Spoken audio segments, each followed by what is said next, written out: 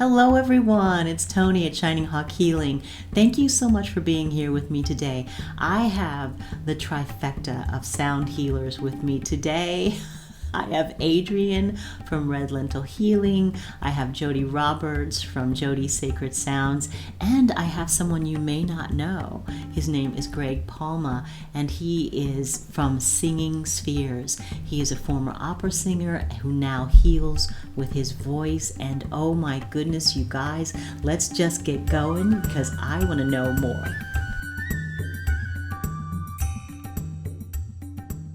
Jodi and Adrian, and Greg is having technical difficulties, so we don't know which way he's going to come in, but we're waiting for him. But we only have very set amount of time because these ladies are very, very busy. They've got stuff going on. Jodi's got a whole life. I have to run away from home into the gong room. And Adrian, I'm going to put all of their information down underneath this video so that you guys can tune in and check. And I know that you already know these ladies, but check out what they're doing lately. So welcome, Jodi and Adrian. Having me and having Jodi. Jodi, I know you have to leave soon. So what's happening? Tell everyone how to reach you and how to get into contact with you. I can be reached at jodiroberts.com or sacredinspiration.com. It all goes to the same place. And you'll see that information in a link under here.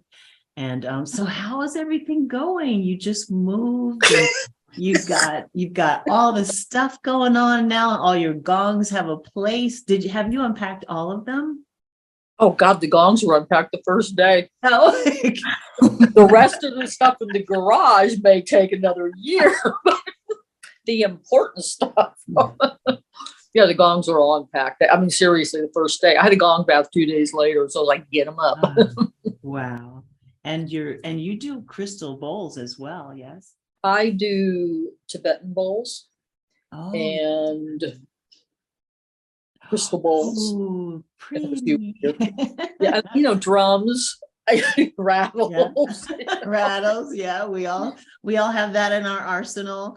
And Adrian, you do crystal bowls. It's crystal bowls, and bowls, gongs, chimes, drums, all of you have so many bowls. I'm gonna blame the full addiction. The full 12-step program for bowls that I need. Bowl addiction. Yeah, I belong to that one. Yeah, Jodi. I'm not going to say she hurts by any stretch of the imagination. You know how you have a friend that you should call before you do something stupid to talk you out of it, but good and well that friend is actually just not going to talk you out of it. You're just pretty much calling them for someone to bear witness for the stupid thing you're about to do. That's how it is when I call Jodi about a bowl. I'm like, hey, Jodi, I've got 47 cents left in my checking account. My bills are paid. I have 47 cents left. Do you have any bowls in D flat? And that's how that goes. When you bought the gong, that was even more fun because she had a couple of sound files picked out. And I'm like, okay, give me a sound file on the one you own. Give me the sound files on the ones you're looking at. And let me go consult the council on which ones resonate. And then, here. And they did. So when you say sound files, what do you mean when you say sound files? Like just a phone, the gong provider had MP3s of what they sound like. Oh, really? So I and my council of Hathors sat there with your phone recording of your gong and the other two gongs and just watched the energy of whether or not it danced together correctly is all we were doing. And you got a great gong. You have 3 now. Oh, you didn't tell me about 12-step program. So there you go. Oh my God. Yeah. I wanted to talk, right? I would have more if I had space. Trust you have a bigger space. Here's Greg. Let's see if he can come in. Well, that's Greg Palma, you guys. He's a wonderful singer. Before you Thank you. flipped out on us. Oh my God. The Ave Maria that you do on your website is so beautiful, Look at Greg. the Thank you. aura around him. We were just talking about Adrian's singing bowls and she plays Tibetan bowls and crystal bowls and Jodi is she's the crack bearer of gongs and This is going to sound really crass. It's really a good thing my original bowl supplier decided to finish his job on the other side of the veil, because I don't have my supply anymore. oh no, that's all. Which is a radical bummer, but now you have to find a new supplier. So I wanted to talk to you guys about the changing energies. We were talking, the ladies were talking about it a little bit earlier about the energies that are coming in. I've been feeling, like my connection has been sort of shut down for a minute, or I don't know if it's for a minute or forever, whatever. But I don't know if you guys, and I know that Jodi's been feeling that way. You've been feeling that way, Adrian. How about you, Greg? Have you been feeling any interruption in your connection to spirit? Well, I mean, I write every night, and sometimes I get these incredible, beautiful, uplifting, right from source. And then other times it's like, I'll ask a question, it'll be like, tomorrow, that will be the answer. It'll happen tomorrow. And then it's like, well, can't you tell me anything more interesting than tomorrow? Nope. But so sometimes it is like that. You kind of go up and down and up and down. Then there are times, how many of you have ever doubted that what you're doing is real? I mean, we, yeah. sure. And it's like, then the other times you absolutely know it's absolutely true. Yeah. And then it's the fluctuations of consciousness, and we're going to get through it, and you just stay with it. Yeah. And March is supposed to be a time of continual growth. I mean, I've noticed that in March, that there was more of a connection. I mean, look, we're connecting here. I've never met any of you, and all of a sudden we're connecting. So I think this is a good sign. Yeah. I want to, Jodi, you see, I'm sorry, what? You can ask you, I was gonna, something about the positive, because we were talking about the not so positive earlier off camera. Something that Greg said was making me think, the positive, we were talking earlier about people, or we're going within, we're wondering, is this something I'm doing? What do I need to do? Those of us who are doing the work, right? Where do I need to go? What do I need to do? I don't feel connected. And so we're internalizing that. But what I have seen, especially in the people that I am closest to, the people who are not necessarily metaphysical, who are not what you would like to call hippy dippy, whatever. That's what they would jokingly, lovingly call it, but knowing, I would say more downright in the box Christianity, and there's nothing wrong with that. Their religious beliefs and spiritual beliefs are beautiful, but they're noticing the shift and they're going, you know what?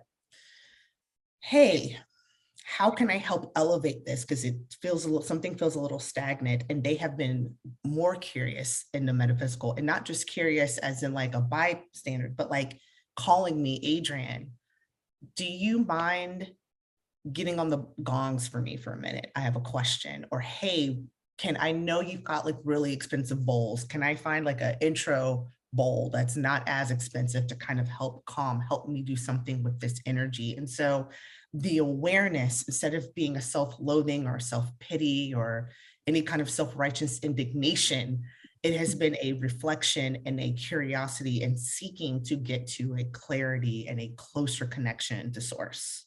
Beautiful. Beautiful.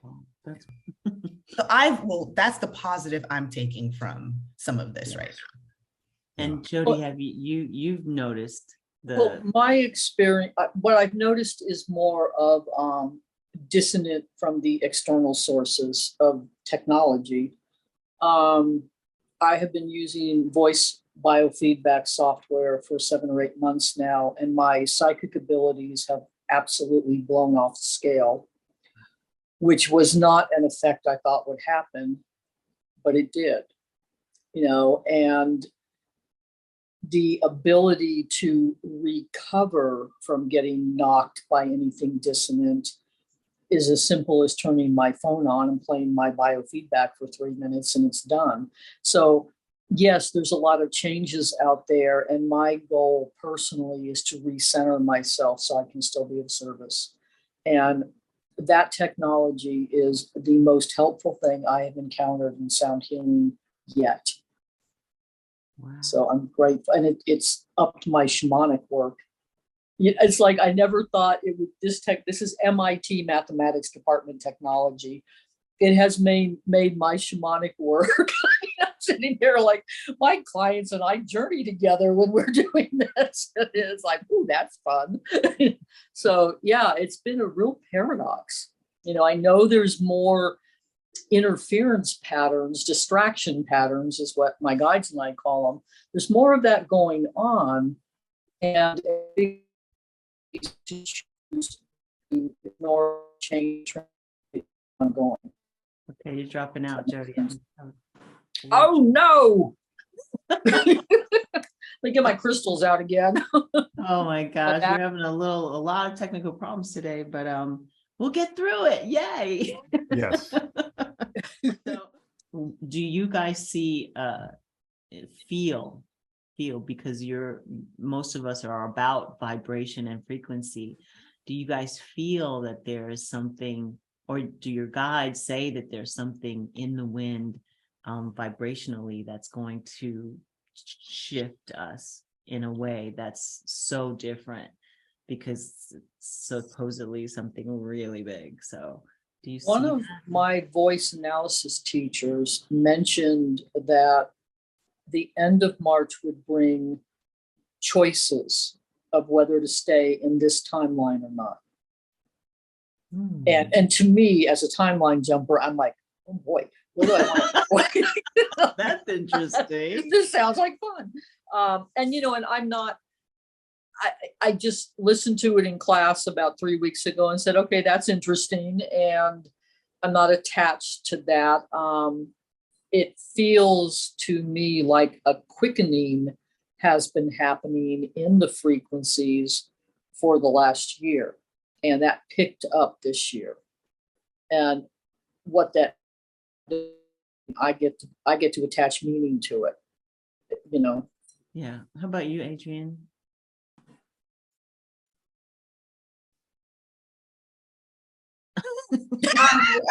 Sorry.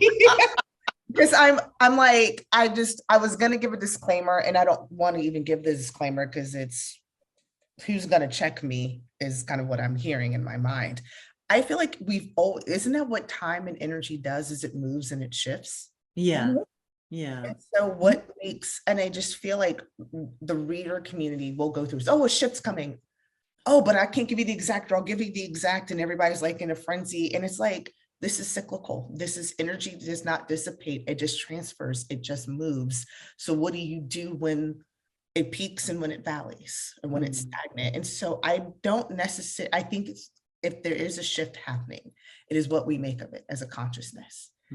It is what is in us internally to ride it. It's like surfing. Do you go against a wave or with it and just ride it out? And so my short answer is there's always a shift going on. It's been going on for a while. We still have not learned the spiritual lessons of a pandemic yet, no matter how many times Spirit has tried to tell us, hey, you little simple children, I need you to learn something. So to me, the answer is it has always been moving. It is always moving. How many more chances are we going to get to make the impact is where we need to ask ourselves that question. And Greg, do you, when you're doing your work, do you feel, do your guides say, we need you to do more of this or more of that in this time, at this time, whatever's going on? Do you get those kinds of messages from your guides that? Well, I do. and they can come in at any time. They can come in the middle of a dream. They can come in. Um, they can come in when I'm shaving, or um, Don't cut just yourself. working Mhm. in my laboratory. Um, and yes, there is constantly a shift, and we all, as people who have lived through so much, want to see a gigantic event that will just poof and, like, the old earth is gone. Now we're all over here, and we're all almost like as if we died and we went to, first, second, or third level heaven, and all of a sudden everything is beautiful. But the way it is one step, one step, one step, this slow progress, yet at the same time, it is speeding up. Our steps are going faster. So it's a combination of what Jodi said and what Adrian said, that it is both speeding up, and yet it is a journey rather than an event that we were, going to sit back, because always on the path, it's the journey that's important, and not the, because what we go do along the way, rather than, constantly thinking about the future. We have Yeah. to be in the In the moment. moment. We Yeah. have to be in the moment with silence and love. Yeah. Yeah. This whole new earth, there's a big event thing. I don't want that. It's just Yeah. like be here now, right here, right Right. now. Yeah. Buckminster Right now. Fuller, point of power, breathe, pay attention. What can I do in the moment to fulfill my mission? That's Exactly. all that matters. Yeah. You know? I I got a reading from somebody, I can't remember who, but I was I was like, will you please ask the guys if I've done my job? Can I go home now?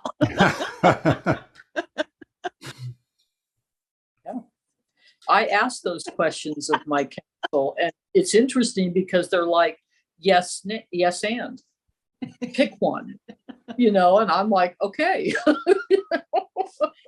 What is, Yeah. I would ask the three of you, what is one crazy thing that has happened to you, if you can say, one of the craziest things that happened to you that may be unexplainable during a healing session?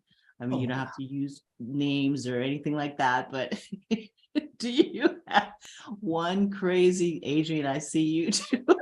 I have a client, and I know this person wouldn't mind if I told the story. Really narcissistic father, completely absent mother. So this person's voice, their throat chakra is gone, like just in the amount of psychotherapy this person has gone through in their life to help with the PTSD is quite intense. And so when I would work on this person, this is in person, pre-pandemic, working on this person, I would always spend a lot of time in their throat. And I was using the tuning forks over this person's throat. They're laying on the table, and it would look like they were having a seizure. And I was like, oh, did I just kill them? Because they literally were convulsing, and I stopped and just held, instead of doing the figure 8, held the fork over their throat, and literally were up off the table, like from the throat. It was like a magnet. Wow. And it was like, and I have never seen anything like that since. And I was Was just like, she conscious of it? she said it felt very tingly, but nothing bad. It was very peaceful. And I was just like, if I were unethical, I would have recorded this so you could see like what it looked like. It was and I'm not talking like a little bit, I'm talking inches off the table, to where I held her down because I was like, I didn't want her to roll over. And I was like, should I keep going? Do I stop? Like, it was that I've never seen anything like that. Bizarre. Yeah. Wow. And Jodi? I don't frame anything that happens in multidimensional shamanic sound sessions as crazy. That's not a word I would use. And the thing that comes up that recently happened was in a gong bath. I wish I had turned the camera out the window. I always record my gong baths because I use the music for frequency tracks I make. And I've got 10 gongs. I'm in the gong tube playing the gongs, and I've got this at one end. And I will, when I'm down at that end, look out the window at the birds, see who's playing with the gongs because they all sing to them. And I'm looking out the window and I'm like, the trees are dancing. Okay, I didn't see that. Go up and down and play the gongs back. And I'm like, no, I'm talking walking, and they were moving like ants in the mood. And I'm looking out there going, they're still moving. So at the end of the gong bath, we all check in as to what we got. And I'm like, the trees were moving out there. And one of the guys in the room goes, yeah, I saw that too. I'm like, okay, that's crazy. See, crazy. He actually saw it. Said it. And Greg, I know that that orbs often visit you when you're working, right? So I wouldn't say orbs is the crazy thing, but has there ever been an instance where you're like, oh, whoa, what just went on when you're singing and when you're doing your healing? Okay. Yeah, the orbs do come. I mean, sometimes I see them, but oftentimes it's someone in the group who decides to get their camera out and start flicking away. But in terms of funny incidences, in most cases, it's people will just fall asleep, and they'll fall asleep for hours and then wake up, and they'll feel healed. Yeah. So but in terms of anything it's kind of different, like what Adrian and Jodi were describing, there was one time I was singing for a group, and this one woman, she started giggling and she was hysterical, and then she got up out of her chair, because everyone, I asked them to close their eyes. She got up out of her chair and she continued to giggle, and she sort of hopped on her tiptoes out the door. And that was like a bunny? like a bunny, yes. Wow. Wow. So that's, if you want an unusual. Did she come back? Did she come back? Well, I actually eventually, no, not that evening. She did not come back. It's okay, Greg. I've been told I have that same effect on people during very serious conference calls at work. So it's a beautiful gift to have. It is absolutely a beautiful gift to have, to bring joy and laughter, because that's the purpose of life, is the expansion of happiness. Adrian makes me laugh and joke. These ladies, I could Tony just has made me maybe wet my pants every time y'all see me have an office chair, and that's because Tony has made me pee through several of them. Sorry. Oh my God. so innovations. Jodi, I know you have this voice recognition innovation thing that you're working with. Can you tell us a little bit more about that? Yeah, I'm going to talk about one of my early 90s teachers, because I'm realizing that with innovation comes the fact that everything's a cycle, and we've done it before. Royal Rife was doing his research with Rife frequencies in the 30s, and vibroacoustic uses it now. Joseph Rael, when I met him, he would teach, and this was a novel concept back then: think it, speak it, create it.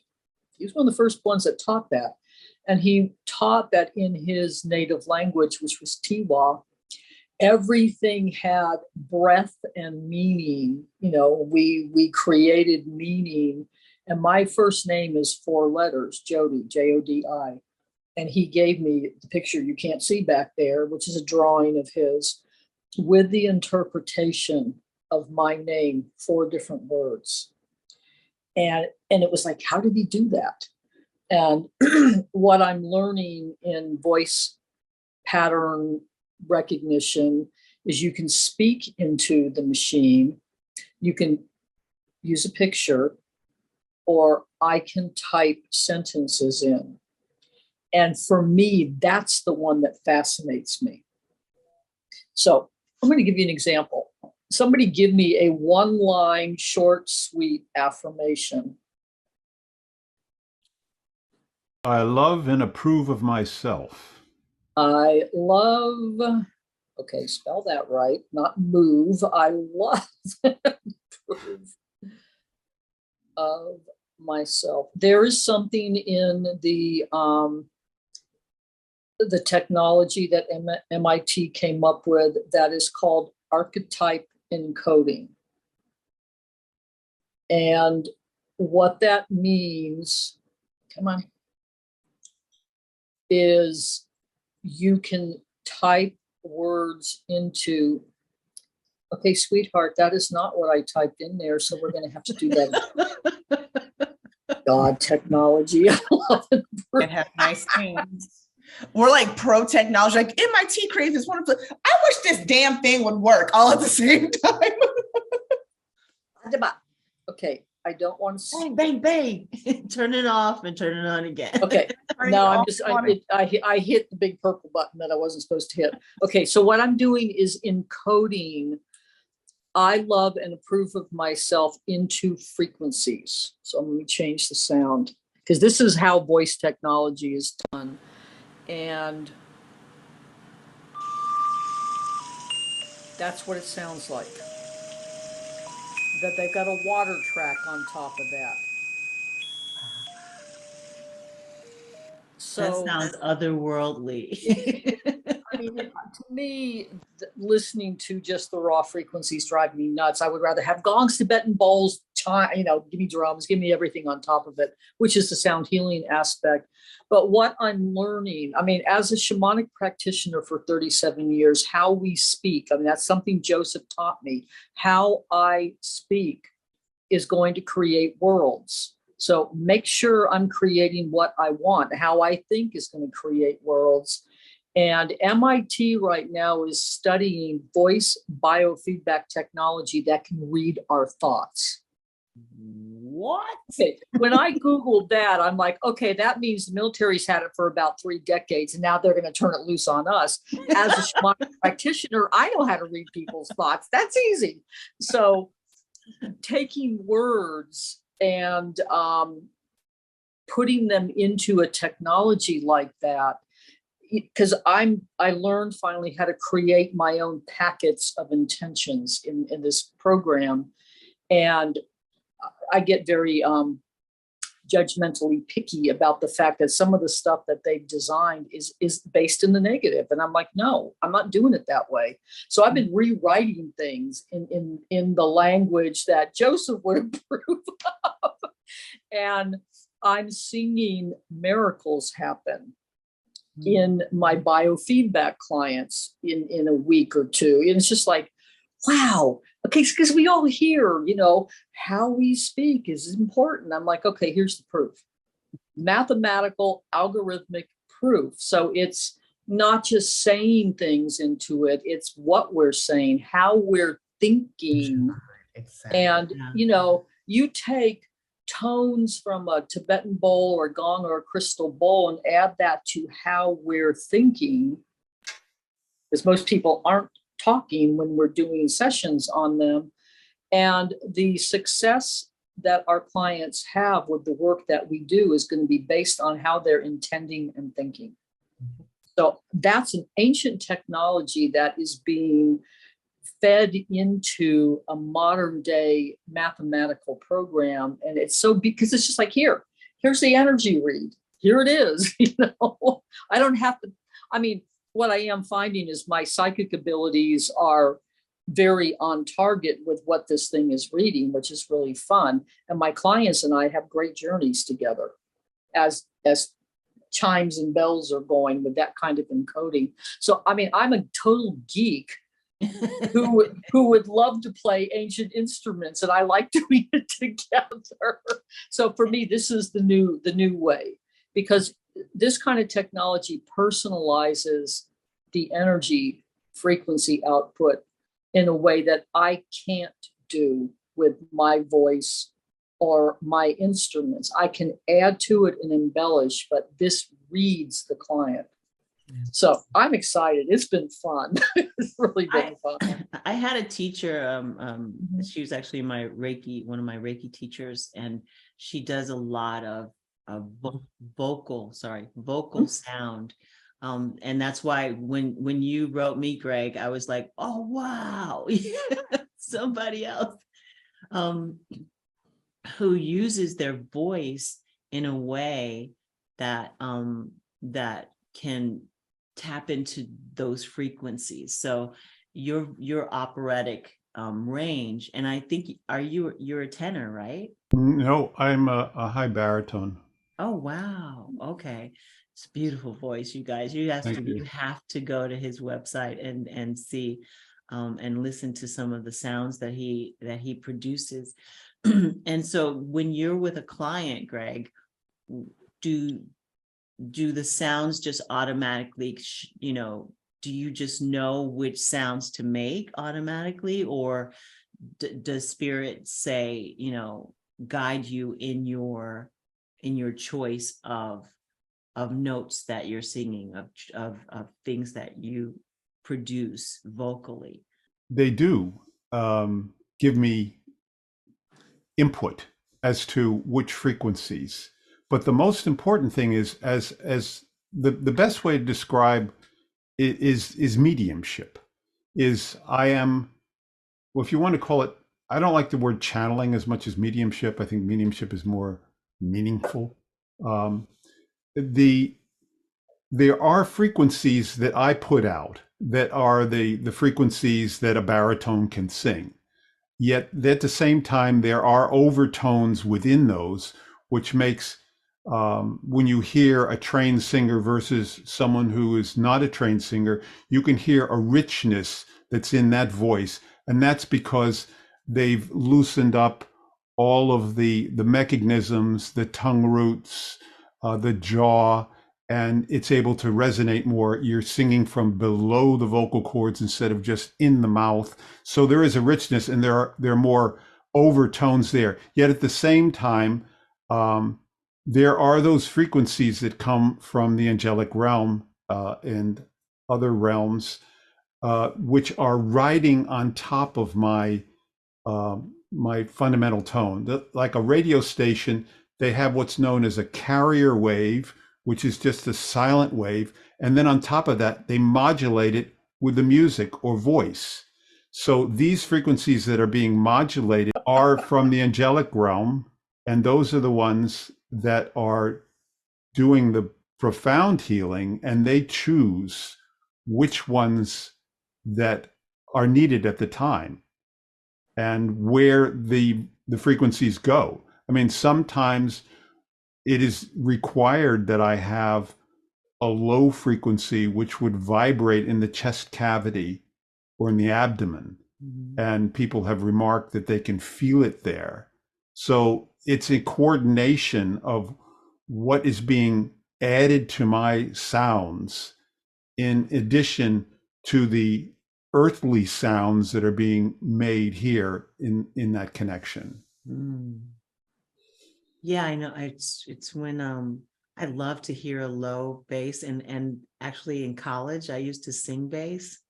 Because I went to an all women's college, so and I was in the choir for the whole time, we did a lot of traveling and things like that for our choral group. My teacher, my coach, my vocal coach, she used to throw keys at me. Yeah, right. She used to throw keys at you? Yeah, she used to take her keys out, just go, is happening? What's going on with you? And she wore this wig that she would, direct the choir so hard and heavy that her wig would sort of twist around.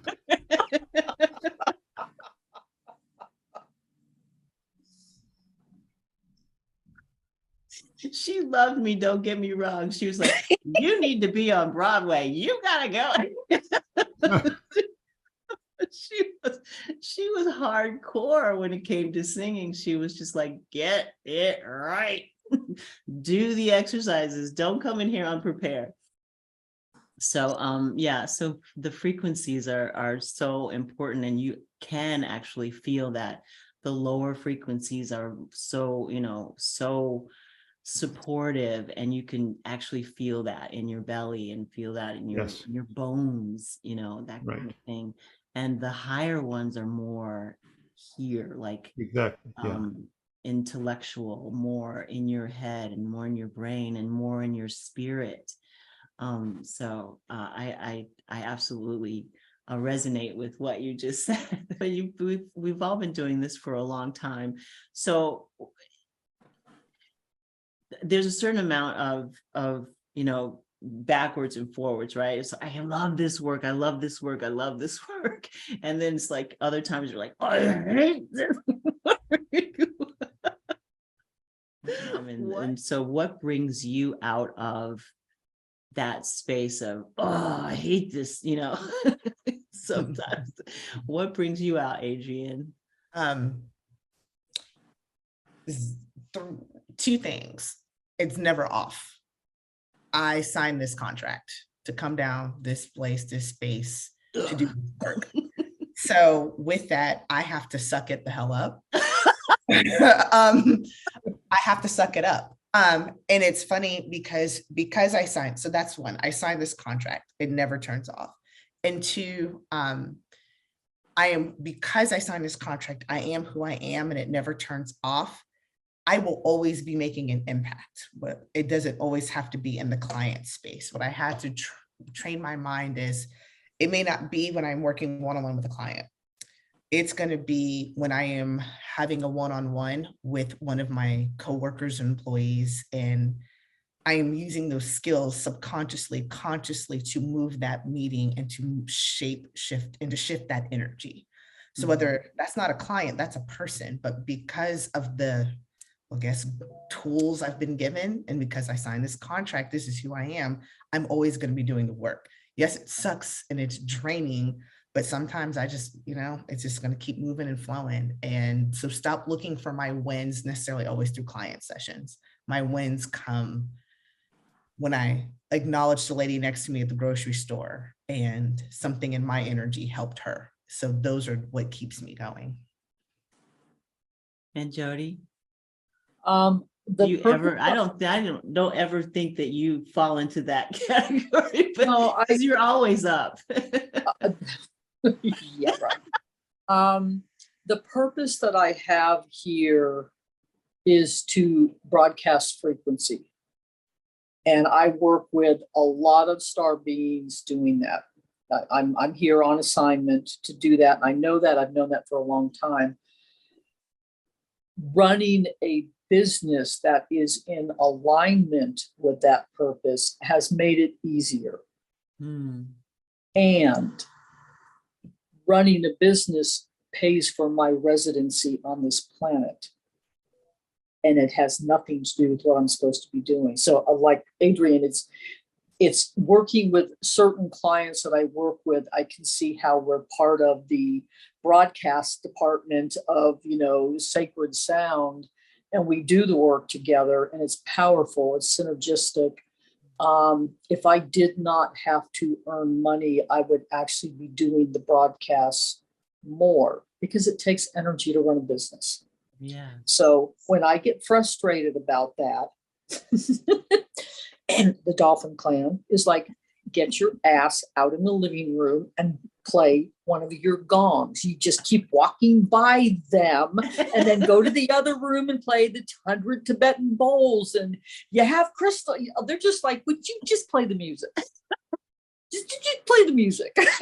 So that's my attitude. And I put my frequencies on for the biofeedback, but my attitude adjustment when I get tired of the humanness of this assignment is to go play the music. It's really simple. And that is the, you said it right there. You hit it right. When I get tired of the humanness of this assignment. Often. I have the unfortunate ability to remember where I came from and what home is like. And I'm like, I like that place. I miss it. How about It's you, Greg? easier. Greg, do you ever feel like when you hit the wall, do you ever feel like, oh gosh, and how do you pull yourself out of it? How do I pull myself out of it? Yes, we all hit the wall, and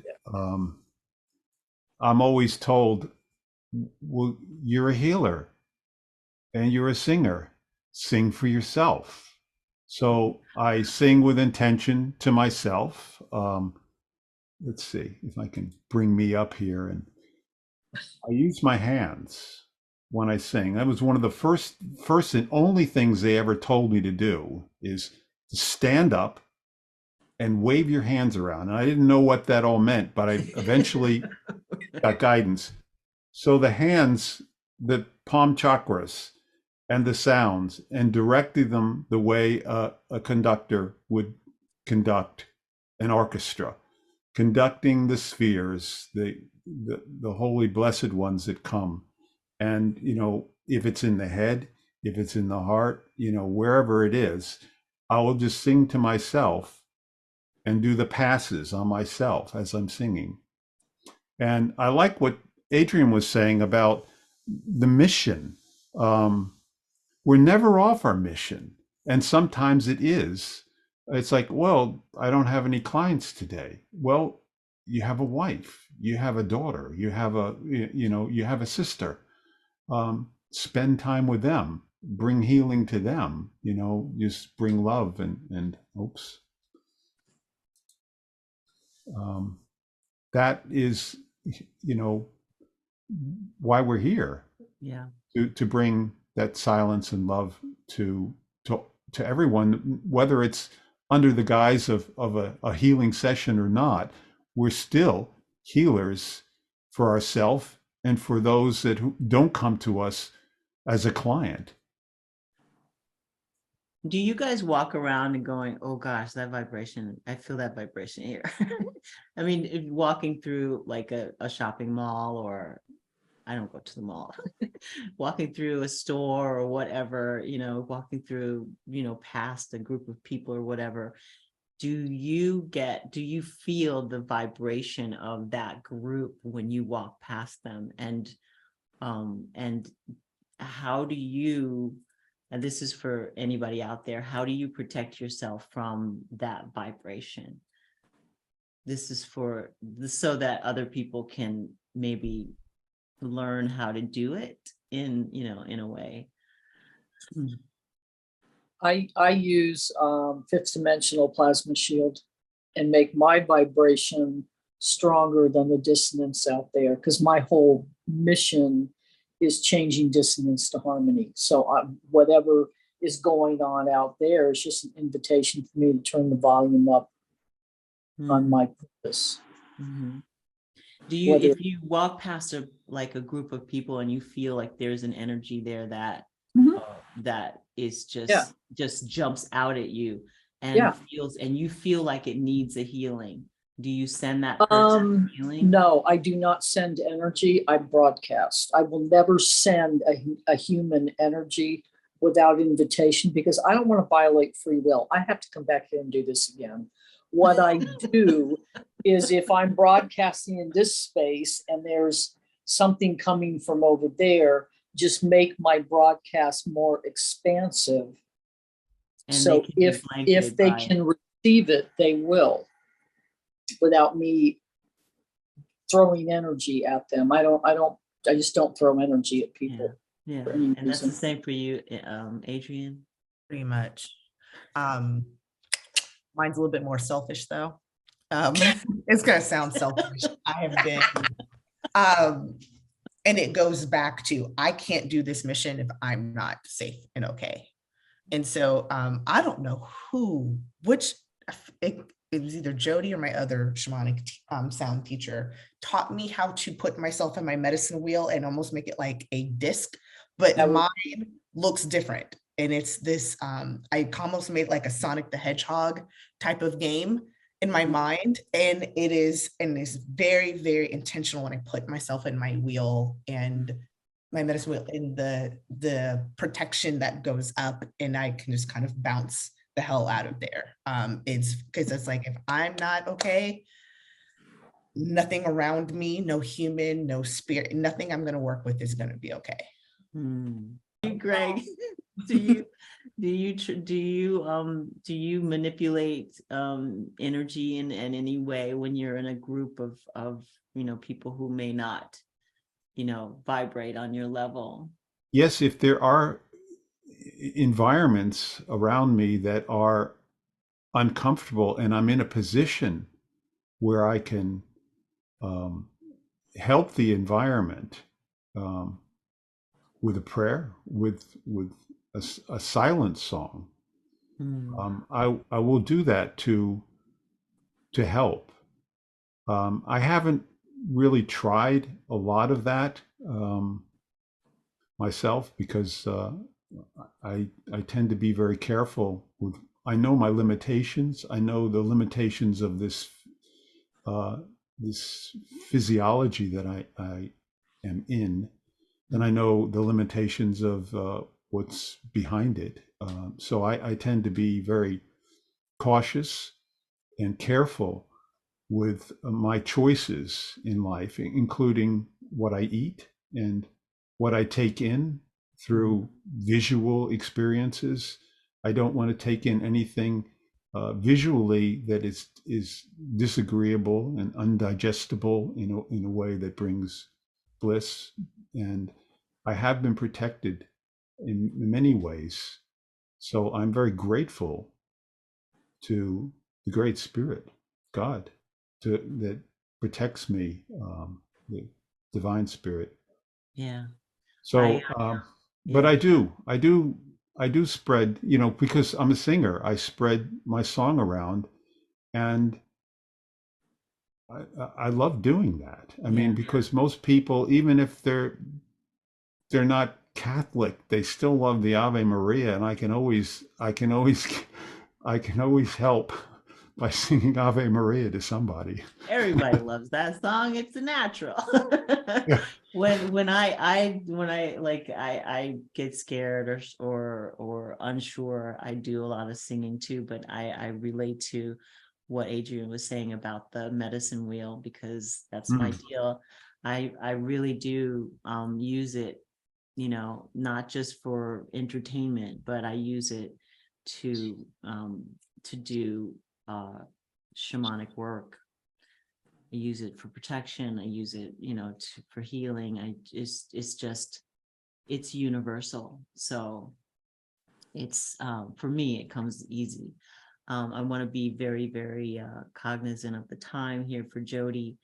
Do you have to leave now? I've got about 5 more minutes. Okay, so just let's see. Do your guides, all of you, let's start with Adrian. Let's start with Jodi first, because she might have to leave. So Jodi, do your guides have any messages for us at this time? Do the Hathors have anything that they want us to know? The message I'm hearing is a reminder that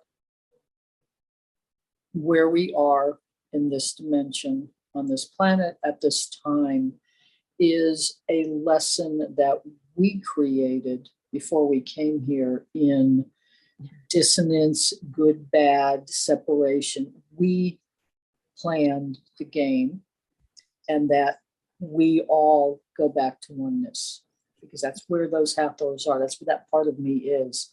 And if we can remember that, we don't take it so damn seriously. Have some fun with it and laugh. Because, oh my God, just thinking about the fact that I created. What were we thinking? Go, I want go. that bumper Adrian, sticker. what about you, Adrian? Do your guys have anything? Yeah, it's been very consistent message for the last at least 2.5 weeks is very simple statement: stay above the fray. This is just noise. It's just noise. It's just noise. Stay above the fray, because the moment you give into the noise, the more that jacks up your little beautiful karma, and it's just not worth it. It's just noise. So just stay above the fray. Just breathe. Breathe. Yeah. And Greg, what about you? Do your guides have anything to Yes. say?